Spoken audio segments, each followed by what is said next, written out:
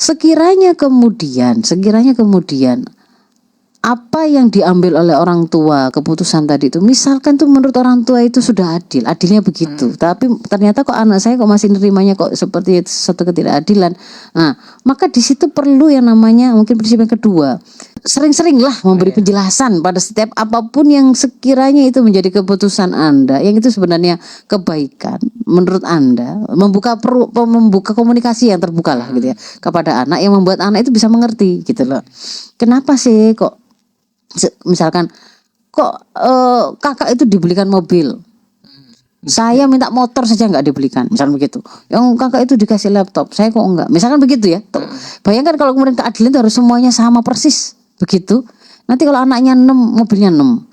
Siapa yang kemudian orang tua harus kemudian selalu sanggup seperti itu? Tidak gitu kan konsepnya. Tapi bisa jadi di situ memang mungkin orang tua yang kurang memberikan modal pemahaman untuk membuat anak-anak itu bisa mendudukkan yang namanya adil seperti apa, sayang itu bagaimana, apakah kemudian harus sama, apakah kemudian ini sebenarnya sebuah kecenderungan kepada orang tua kepada kakaknya atau bagaimana. Nah di situ ditunjukkan, misalkan kenapa kok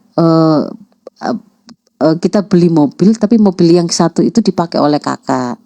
Kenapa? Karena satu, kakak itu misalkan kuliahnya itu pulangnya itu ternyata malam-malam. Saya nggak bisa jemput, gitu ya. Nggak bisa begini. Yang itu ada melewati tempat-tempat yang itu berbahaya. Bapak kan punya tanggung jawab untuk ini. Itu perempuan, sampai gitu ya. Kasih Allah penjelasan yang membuat memang sesuai tuntunan syara'nya memang benar. Ya, orang tua saya berarti nggak sedang mendolimi saya, gitu ya.